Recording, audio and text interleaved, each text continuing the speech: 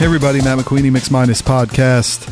Sunday, January 21st, Conference Championship Sunday. I just had a latte. I love my Keurig Revo. It is a machine that I saw in my Facebook memories. It's a weird memory to have, but I saw I've had this machine for 4 years now. I feel like I just got it. I feel like I'm still enjoying it like it's a brand new friend. But what this thing does is it uses the Keurig system, right? The pods that you put into the little machine, and then it makes a perfect 9-ounce cup of coffee, which is just a little less than I'm looking for, but it's enough for a nice quick hit or for a pre-workout slug. And it's maybe the amount of coffee you should have. You put a little bit of milk in it and it gets up to 10 or 11 ounces. It's a fair, small-sized coffee, but this machine was lended the technology to a system that makes cappuccinos and lattes. And it has the pods, which puts the espresso in, and then it has a milk frother on the side. And in the true Keurig manner, you just hit buttons. You just load the milk up to a certain line for cappuccino, a little more milk for a latte, and then depending on which one you choose, you hit the button for that, and it froths it up perfect every single time, just like you would get in a coffee place. And my little secret I do is I buy these International Delights. Well, it's not a secret. Enough people buy them because they're selling out of stores. But I love these International Delight creamers because they'll have really interesting flavors. Almond Joy, Cinnabon. We'll have a cinnamon flavored one. You really are surprised in yourself at what you enjoy in the taste of a coffee. So you use them for coffee, normal coffee, and it ups the taste value substantially. But what I do with this Keurig Revo is I make the espresso and then I froth the milk, and they don't really have a flavor pack that comes with it. So I take these International Delights, I pour that into the espresso, put the milk on top, and now you have a completely beautiful tasting flavored latte. And the one that just came out very recently from International Delight, it set my fancy up. I love it. They have Reese's Pieces, International Delight, little chocolate, little peanut butter. Not something that you necessarily are looking to love in a cup of coffee, but when you throw that bad boy into a latte, it's great. So I just had one of those. It was fantastic, and it got me thinking, what are the best lattes out there? Lattes are a great drink. They're not a great drink for right off the bat in the morning, because at least for me, I find they don't have enough caffeine. They have a very defined amount of caffeine. It might be 50 or 75 milligrams of caffeine per shot. So you really have to add those up a lot. You need to have 3 or 4 of those shots to get up to a normal cup of coffee in the morning for me that I would need. I mean, I've heard that a Starbucks cup of coffee can have anywhere from 250 milligrams of caffeine north to 500 or 750, depending. There was once a test that somebody did, it could have been years ago, where they went to all different Starbucks and had the same cup of coffee, and the caffeine profile was wildly out of whack. It was always at the lowest 250, which is a pretty normal cup of coffee. But depending on who the barista was or the person making the coffee, maybe they had a generous hand, the caffeine would get up there to double that number and maybe even triple.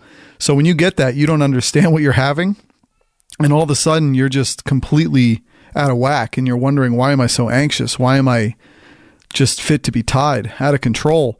But that's why I like that in the morning with coffee, because you know what you're getting. You need that hit. A latte for me gives me a nice little hit, but when it's an addendum later in the day to my cup of coffee, it gives me that caffeine hit, but doesn't overdo it. It keeps kind of the buzz going of the caffeine, and it gives a nice taste with the milk, but the milk kind of offsets the caffeine sometimes, I feel, where the milk can make you a little tired. That's why many people will have cappuccinos after dinner even and be able to go to bed. I will get a decaf cappuccino if it gets late into the night, or a decaf latte. But if it's in the afternoon, I love a good latte. It keeps me going. Again, it kind of exacerbates in a good way that cup of coffee you might have had in the morning. If you worked out, it's a nice little boost. It's a nice little boost to discussion. Love going out and having a cup of coffee or a latte with my wife, as we did yesterday on our rain check anniversary. We were all sick around our anniversary on New Year's Eve, and so we kicked all of our same plans, which she didn't know about until we went out yesterday. We kicked them all to January 20th yesterday. But I wanted to say with the lattes, what I would say in my order of lattes I get. Now, I'm not around the country. I'm not in New York City trying all these different local boutique coffee places, but I'm talking in the mass appeal levels. I'm talking Dunkin' Donuts, Starbucks. Those are really the places where you go for good lattes. Starbucks has always been that because they're sort of the people who have always done it, and you can get that same great tasting latte anywhere you go because there are standards that are set and they pretty much make it the same way wherever you go. It's not going to excite you, but it's going to give you a good hit. It's a nice latte. And they got a lot of good flavors, seasonal, all that kind of stuff. But I'd say my favorite is the one in town here in Sparta, Cloveberry. Best cup of coffee I've ever had in my life, and really the best latte I've ever had as well. They just do coffee right, but everyone can't have Cloveberry. So I would say Starbucks is standard. They're always going to give you a good one, but Dunkin' Donuts is really coming up. They are a representative, really good latte, and they have a very distinctive Dunkin' Donuts flavored taste.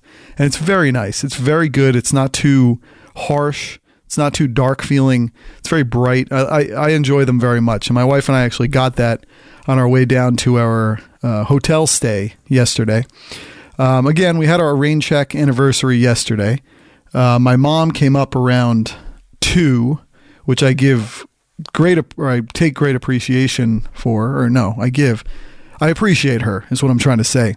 My mom will come up for our anniversary. And again, this got moved to the 20th. So she kicked in with the rain date too. She came up and she was going to watch our son from the point we asked her to until the next morning. We did have to get home a little early today because she had to go to an event in her capacity as a Bergen County freeholder. There was a big executive signing ceremony for our new governor, Phil Murphy, at a Baptist church, I believe, in Hackensack. He was going to be, I guess I heard that he announced that he will be reinstituting the advertising money at a local level for the promotion of Obamacare when Obamacare comes out, so people are aware when the deadlines are. Donald Trump had apparently removed that advertising. He did not want citizens to know deadlines were coming up. We all know he kind of wants Obamacare to fail. So how do you do that? You pull the money from advertising so people don't even know that the period to sign up is upon you, and they're certainly not aware that deadlines have passed. And if you pass deadlines and people haven't signed up, it looks like a failure. So that apparently happened. On a local level, our new governor, Phil Murphy, signed that, and we'll see where that goes. Advertising for that, public consciousness about it is a good thing to have. But because of that, my mom had to leave a little early, so we had to get up early today to get home. No big deal. It's funny, when you're a parent, I pretty much don't get up after 6:45 because I'm so used to getting up at that time for my son. It's just clockwork. During the week, you got to get up. You get up 6:40 is the latest. So your body gets used to that. And I got up today at 6:39. It's funny. You get up and you go, oh man, what am I going to guess the time is? I roll over, I look, 6:39. So it just happens. You wake up, your body gets used to it. It gets acclimated to it. So that ended up being okay. But yesterday we had the whole day upon us. We love being with our son more than anything, but having that different experience where it's just going to be my wife and I again for a whole day is something you really do look forward to. It's nice to be adults for a whole day into an evening and know that our son is being cared for and we can just do what we would like to do, have a great night, drink, be merry, be jolly, get massages, do everything. It's just a lot of fun. It's fun going to a hotel. Why is that? I don't know. Hotels don't put a black light on anything because everything looks gross, but we all love going to hotels. It gives you a feeling of something different. It gives you a feeling of diversification in life. It's a nice thing to do.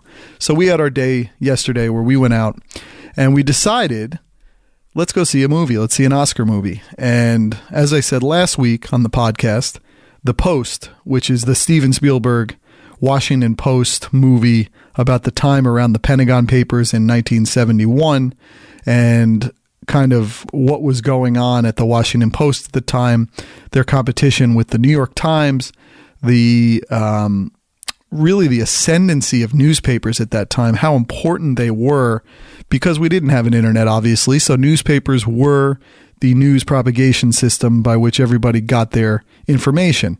So newspapers held a very high role and high standard in life, and you really get that in this movie. A lot of people have said this was an ode to journalism from Steven Spielberg, and yes, it was. There were parts of it that were sanctimonious, but I loved it. I actually teared up at some parts.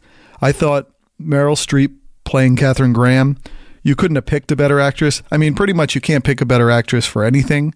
She just is a tremendous, she's tremendous at her craft. She did a great job.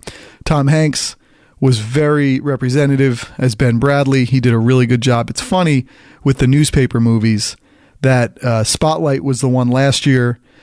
This year we have the Post. I keep saying, when is the New York Times one going to be, and what will be the subject? New York Times was a big player in this movie because they got the Pentagon Papers first. The Washington Post was sort of seen as a family concern, a smaller town paper. Yes, it was in Washington, but it wasn't quite up to the ilk of the New York Times.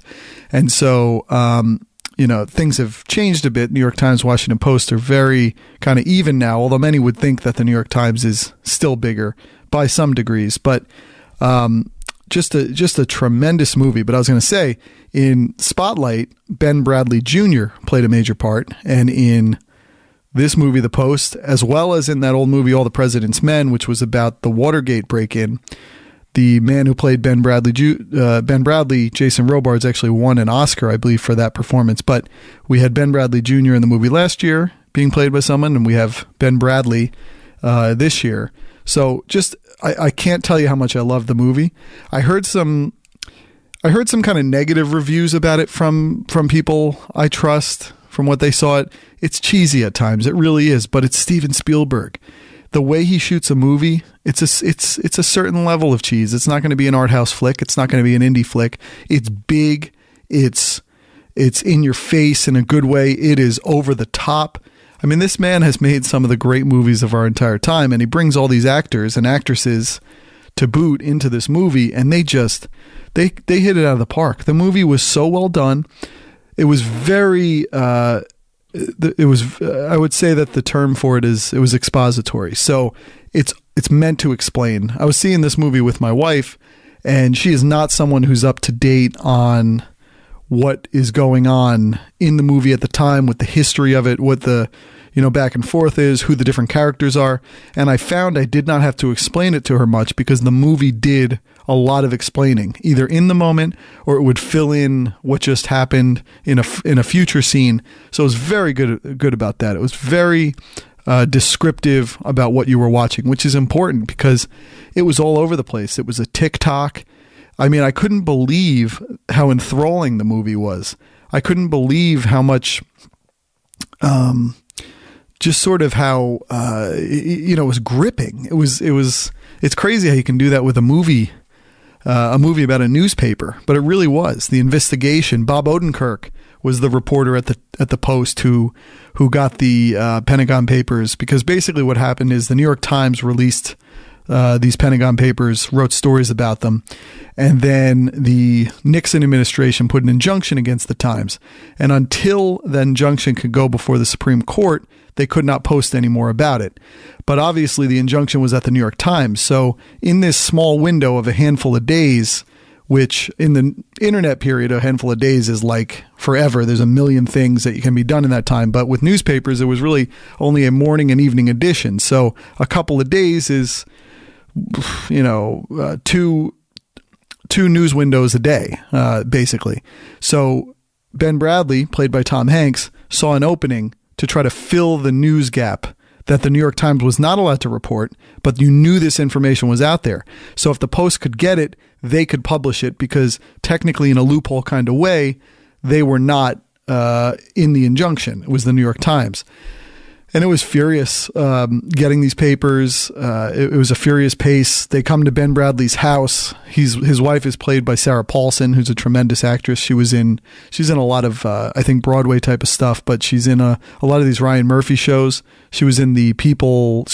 what's it called? American Horror Story, right? She's in a lot of those, and she was in American Crime Story. She played Marcia Clark in the O.J. Simpson one. I believe she's in the new Gianni Versace one, which a lot of people say to watch. I will be looking forward to watching that. But all the reporters came to Ben Bradlee's home to read these 40,000 pages of the Pentagon Papers in no particular order. And it was just real cool. They only had like a day to read all this and write some stories and get it to the front page and get it to the presses.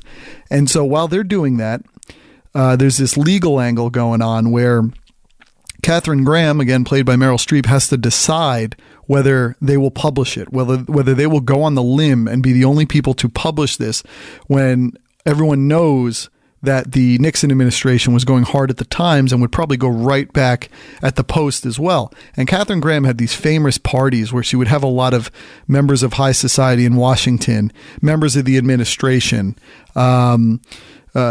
cabinet members, people. She would be with the wives and have these huge parties. So many would say that she was kind of in their pocket, or they were playing her a little bit as the publisher of such an important news outlet. And so it was really well done, her having to kind of go back and forth with the decision when Bob McNamara, who was the who led the Department of Defense and really was going to be someone on the wrong side of these Pentagon Papers coming out. He's her good friend. And there's a great scene where she goes to his home and is kind of coming to grips with, how do I handle this? What would you do? I can't believe I found this information. I've known you the whole time and you've kind of kept this hidden and maybe you've been using me. And when they have the scene, she's on the phone with Ben Bradlee and they're deciding whether they're going to publish this, whether they're going to go to the presses with it. And there's a point where board members are on the phone in other rooms of the house where, where the legal team's on the phone, and it was almost like a big conference call, but they were just all on different phones in that old time where we had those kind of rotary dial phones. But just that scene where she's hemming and hawing and then she goes, let's do it. It was just, it was weird how affirming it was, how just, you got goosebumps almost from it. I mean, there were parts where I'm tearing, as I said. It was a tremendous, tremendous movie. And some, again, will think it's sanctimonious, that it takes a moral high ground on newspapers. And you think of the Washington Post, democracy dies in darkness, its slogan today, run by Jeff Bezos. But there's something about it. There's just there's a nostalgia to those times. And I didn't live in those times. It was a decade before I was even born. But it was a special movie to watch. And again, I think the New York Times is up next. And what's it going to be? I bet you it's going to be the Weinstein report, because they had those female reporters who did a lot of the digging and they went to press with the Weinstein stuff. And I'm thinking Weinstein, who was in all these Oscar movies, or who created all these Oscar movies, will probably end up on the other side of an Oscar movie about him. I mean, when you think about all the layers of the Weinstein story, and you could tell it through the prism of the Times and how they kind of dug and they found these women. They found the women who would actually speak up and not just be anonymous. And then you get into the stories of how deep it got, where Harvey Weinstein is hiring Mossad agents to investigate the women. That will be a movie. I can totally promise you that. I'm sure, at least. I also, something was interesting about this day. I saw the purported magic of technology on this anniversary day. Because of how many things I signed up on this day for, I put in motion, because I did them all online, because I bought my movie tickets through Fandango, because I signed up online for my hotel, because I got my Ruth's Chris reservation through Open Table. It was really interesting when I opened up my iOS calendar. The promise of the digital assistant, of the Siri in the background, really came to the fore yesterday. When I opened my calendar, I was like shocked. It was like 2:15, the movie, The Post, 4:00, hotel Parsippany, and it tells you, about your reservation. And then 9:15, reservations Ruth's Chris. I was like, whoa, that right there is what they're talking about. But it's hard to understand how to get to that point. But this digital assistant in the background, where you don't just have to summon the assistant by calling Hey Siri, which I was trying to call all today and it wasn't even opening, because I was trying to set some reminders because my wife asked me to do a bunch of things. She's away this afternoon at a concert with her mom, a classical music concert. And so she reminded me of all these things I need to do. So I was trying to elicit the reminders on Siri to remind me to do a bunch of things, and it wouldn't even open. So I guess I've seen the downfall of the normal part of the technology not working, but I saw it yesterday really working, and it was a neat glimpse into, I think, what this can be. And I didn't even notice it was going to happen. I just opened it up and there it was. And then it was reminding me about these things coming up, and I was like, oh, okay. All right. That's pretty good. So we finished the movie. Again, I can't recommend it enough. It was a great movie to see. And we got out of there, and there's I loved going to this Sparta Theater. It was, it's right in our downtown. It's right underneath a Panera, actually. And my wife and I, before we went into the movie, we're like, oh, we'll go to Panera, and then we'll bring our Panera down into the movie. I couldn't believe this. We walked in. I guess you just can't be so blatant about this, but we walked into the theater. I opened up my Fandango. I showed them the tickets, and they said, oh, you can't bring Panera in here. And we're like, what? And they said, no, you can't bring that in here. You're going to have to leave it outside. And we're like, oh my God, this is the problem with the movies now. You actually have people coming to the theater when you're struggling to get people into your doors, when you're struggling to get them off their couches, when they can just watch these things digitally. I am here in my local town theater to go. I'm not buying food that's competing with the popcorn and the candy. I am getting lunch, and I'm bringing lunch in, and they're telling you can't do it. It's a bizarre stance to have. Now, I guess what happened is we just can't be so egregious. So I'm sitting here, my wife is taking them on, and of course I'm getting like sheepish, like your mom's yelling at the teacher or something. And of course my wife is the teacher, but that's neither here nor there. But she's taking them on. She's like, wait, I can't even bring in bottled water. And they're like, no. And you feel bad for the person working there on the front lines of these rules and enforcing these rules. And it's just stupid. I don't want popcorn. I love a good box of popcorn, but I don't want it. I want to have a nice sandwich. And our movie was between 2:30 and 4:30 basically. So we need to have our lunch there. And so we're sitting there and we're standing there, and it's just like it's a showdown. It's a duel between my wife and the woman. And I'm sitting there like, oh, all right, I understand. They don't want it. Let's just leave it here. And I didn't even think, I wasn't that smart about it. And Melanie's like, all right, I'm going to go put it in the car. And I said, oh, do you mind if I go in the movie? I'm going to start it. I'll get us our seat. And so she starts walking up the stairs. And then what she ended up doing, which was the smart thing to do, just don't be blatant about this stuff. She put the sandwiches in her coat, looked like she was pregnant. But it's funny, you walk in, your coat's obviously filled with the stuff, and they're not calling you out for it. And then she handed them the bag, which had like one bottle of water left, and they didn't even think twice about it. It's so stupid. So because you're giving it up, because it's blatant, I guess, they're okay with it, even though your jacket looks like you're trying to rob a supermarket and hide everything in your coat. Silly. So we got that. It was fine. But then after the movie, we're like, one of the things we love to do before we go on these little outings is get the latte, as I said. So we went over to the Dunkin' Donuts, which is in the same plaza there by where that little movie theater is. It's cool. It's like a half-size movie theater, full normal screen, but like half the depth going back, We went in there and the woman was like, oh, our latte machine's down. It's going to take like 5 minutes per latte. And we're like, oh, that's one of the pluses of the Dunkin' Donuts latte is the baristas don't have to do much. Although in this case, she would have actually had to be like a real barista, frothing up the milk, I guess. But we got out of there. We weren't going to do it. We thanked her for letting us know. We got on Route 15. There's plenty of Dunkin' Donuts everywhere. So we got our lattes there. We got down to the hotel. The beauty of this one, I set this up only in Parsippany, the Parsippany Hilton. Why? I've said this in the past. I love on our outings that my wife and I go on, our overnights, to get a hotel that has a renowned steakhouse in it. So we're not going to have to leave the premises.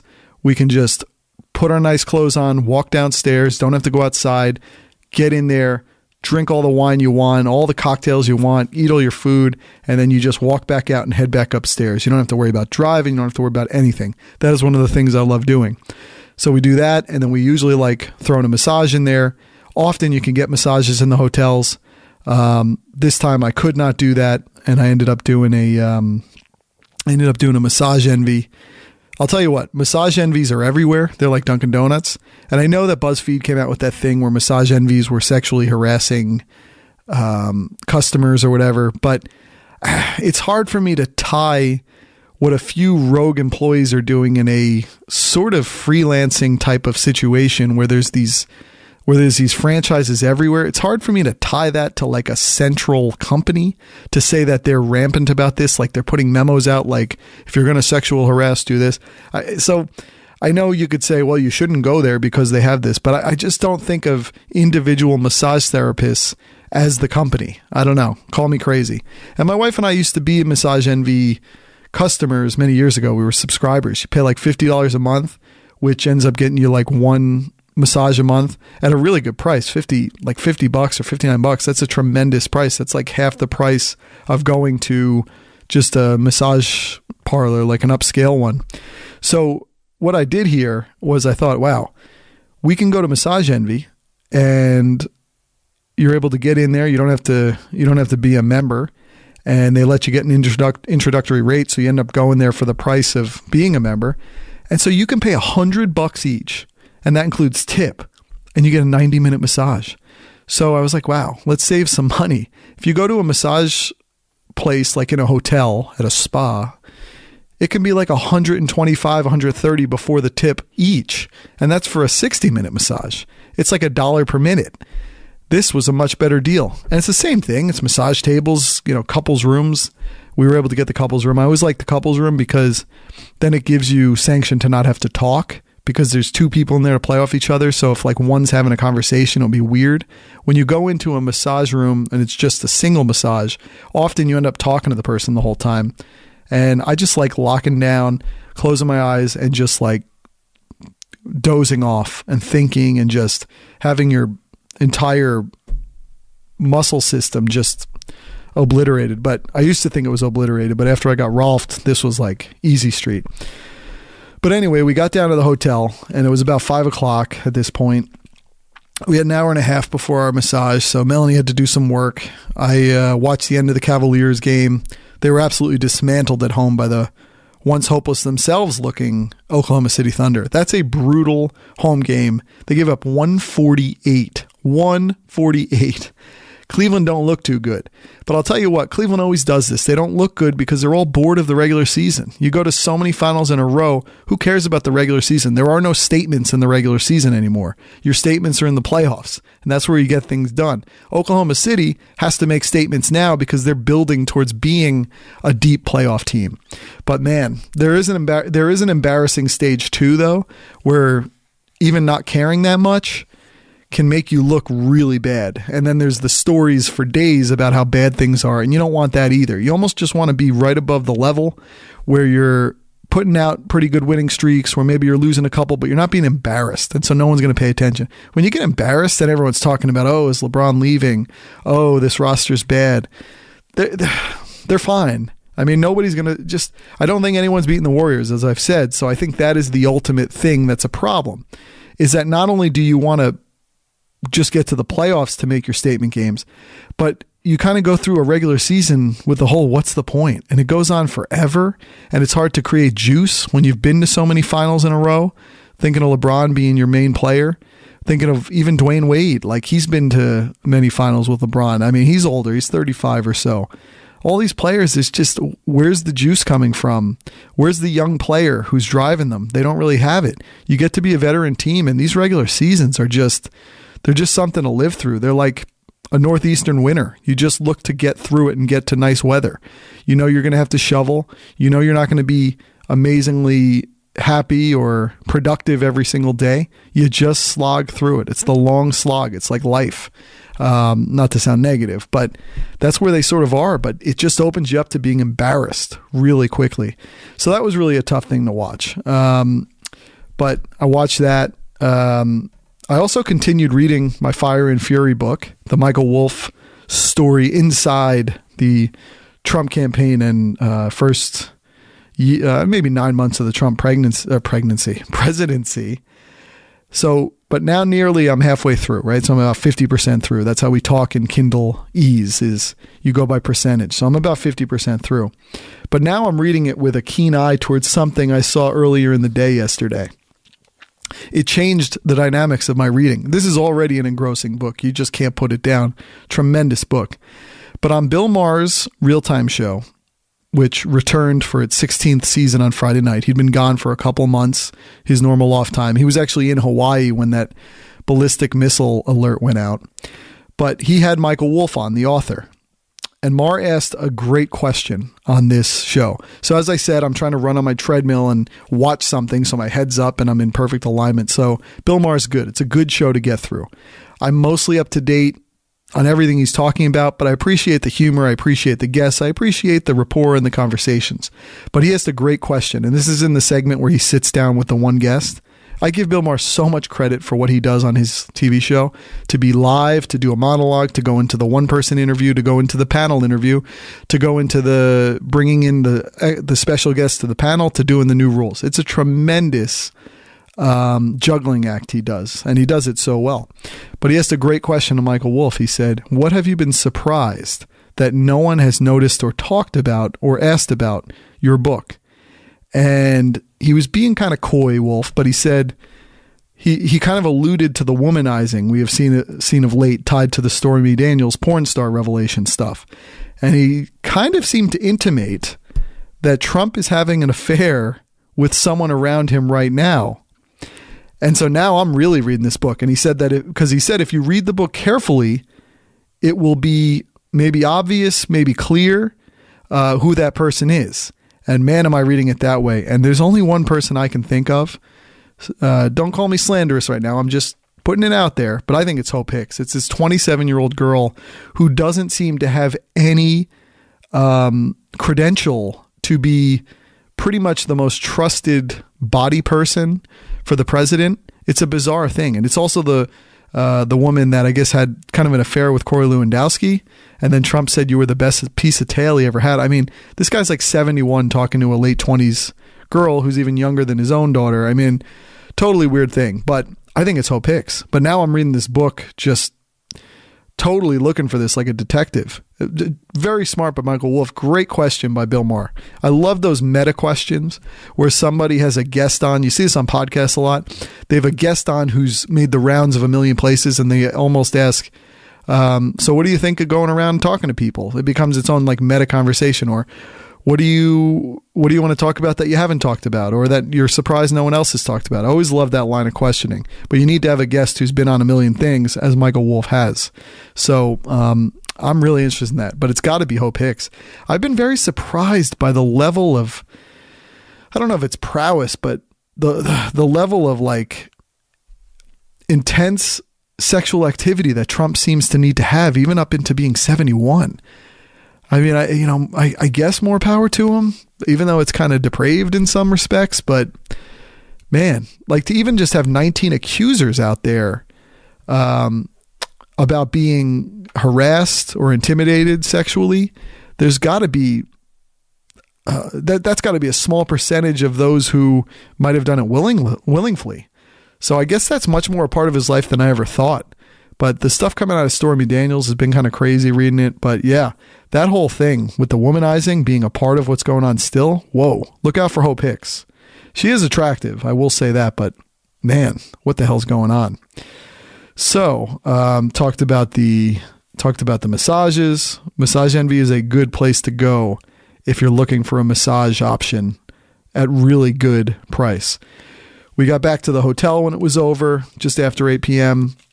We went to get ready for dinner at the Ruth's Chris. Took me no time to get ready, as it always does for men. It's funny, though. We always think that women are taking forever to get ready and we're always waiting, tapping our toes.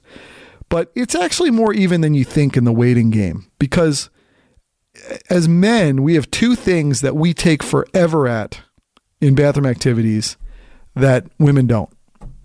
One is obvious. Going number 2.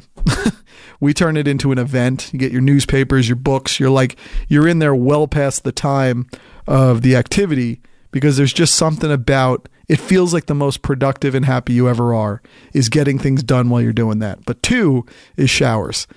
Men are in showers for like at least 10 minutes. A lot of them, I think. I mean, women seem to be in and out of showers even though they got the conditioning and the shampoo and the body wash and the loofahs and all this stuff. I love a shower though. I will be in a shower 10 minutes. If no one's around, I'll be in for 20. I just love it. I put my iPhone in there because now they're waterproof. I'll listen to podcasts. I'm thinking, I'm coming up with ideas. Showers are a tremendous place. I know it's a waste of water, but women are in and out of showers. Men are in showers forever. Women might take forever to get ready, but men have their Achilles heels in the bathroom that take forever. And it's going to the bathroom, the not number one variety, and it is showers. We are in there forever. So I'm sitting in there, though, once I was ready and waiting, and I started watching the Warriors-Rockets primetime game in Houston while waiting. I love these primetime Saturday night games once football's kind of out of the way. Nice 8:30 start, great matchups, and I think Warriors-Rockets is as good a matchup as it gets. We always thought that the Warriors-Cavs over the last few years were the dominant matchup. At this moment in time, with the way these teams are constructed, it is totally Warriors-Rockets. It is a tremendous matchup. Great firepower. Both teams with basically their full complements last night watching that game. The Rockets might give the Warriors their best competition this spring in the playoffs. They have the players at the right positions to match some level of what the Warriors can do. It won't be enough in my mind, but it might be a 6-game series. And it very possibly and probably in my mind will be tied after 4 games. So it's going to feel either way after 4 games. It's going to be 2-2, and you're going to be like, ooh, if the Rockets can somehow go into Golden State and pick off Game 5, ooh, they're going to be fighting it. So they're close. They are really good. You have to hope on health. You have to hope Chris Paul stays where he is at 32. You just wish he were like 4 or 5 years younger, because then they might have something to really look at here. He's just a little past the moment. He's a little past the prime, but he has the goods to take on Curry and to do a really good job. The other thing is this commercial going around with this State Farm. I keep wondering. It's the Chris Paul, and it has the guy from The Office. They're riding in a car. So it seems to be mimicking carpool karaoke in some respect. And then you got James Harden in the commercial. State Farm is, of course, the Chris Paul vehicle in many ways. Wherever he goes, he's in those State Farm commercials. And then he had Cliff Paul, his fake twin. And I understand bringing James Harden into the fold now. Guy's a mega star on the court. Not quite off, though. He doesn't quite have that charisma. But he's been brought into the fold here. But I'm looking in there. What the hell is Trevor Ariza doing in the commercial? How did that guy pull that off? It pays to be around stars. But, they're kind of singing this Backstreet Boys song, and he had a real starring role in that. He's really going deep. Maybe that was why. Maybe they needed a guy on there who was going to go out there and just let it loose and be embarrassing. But he must be getting a nice little money hit for that. That's got to be nice. Be at State Farm, be on primetime television commercials. Good job for him. The other thing from this game, everyone keeps saying, Steph Curry, one of a kind player. And absolutely he is. He is totally. I love watching Steph Curry play. I love what he does, the undersized aspect, the ability to shoot, the ability to dribble like a magician, to find players with nice passes off of his shot, and just to almost be magical. That's what we want in life. We want people who bring magic, because we're so used to the everyday. We're so used to people playing and living within their means, but someone who can break through that, who can be special, can bring magic, that's what we love. And I think the funny thing is, it took him to have the unique skills to break through, right? So he had to have these unique skills and build them up to break through. But his very breakthrough makes the next undersized, overconfident combo guard more likely. We may never see another LeBron James or Shaquille O'Neal, because sort of superhuman size and strength is a part of their mix that you can't make genetics out of nothing. You can't just make genetics. What Steph Curry brings, you can create. His size, he's a twig. I mean, I know he's gotten a lot of muscle, and he's kind of flexible, and he's got enough to do what he does and to play through it, but he's so small and slight, it makes everybody think that they can play at high levels. It makes the next person who has the crazy shot but might not be the right size think, I can do it because Steph did it. And so I think while he's a once-in-a-generation talent, I think because of his very stature, he makes the next Steph Curry easier to see or easier to come on the scene. And I'll tell you what, we keep saying like, oh, what's going to stop this Warriors? I'm watching this kid out of Oklahoma, this Trae Young. Trae Young is coming for him. When Trae Young hits the league, he could make a Steph Curry look old quickly. And it's because he's following the template of Steph Curry. What this guy's doing is insane. And he has just taken college basketball by storm. He was a prospect for sure, and he's Oklahoma's best player. And he's just taken the mantle on that team. But he's gone from what, at least when I'm researching, looked like maybe a late teens, early 20s type of draft pick to now being in Steph Curry territory. We're talking like top 7.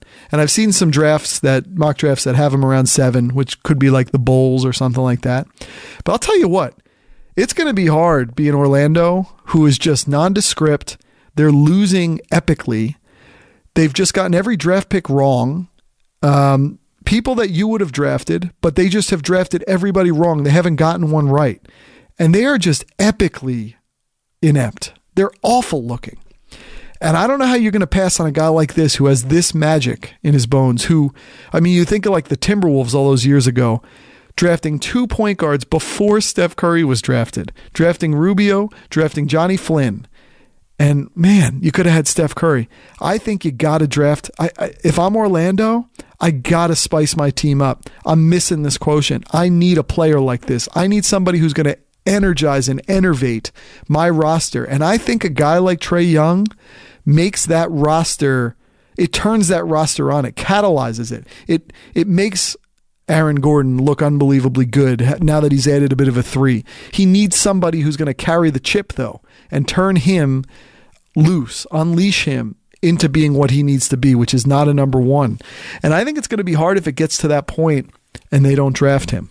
I think so. I mean, I'm looking at this kid. I know I could be overstating the mark right now, but through 18 games, the point guard, the combo guard, is averaging 30.5 points, 9.7 assists, 4 rebounds, 10 3 attempts a game. I know the college 3, but he's hitting many from beyond NBA line, and he's hitting nearly 40% of those.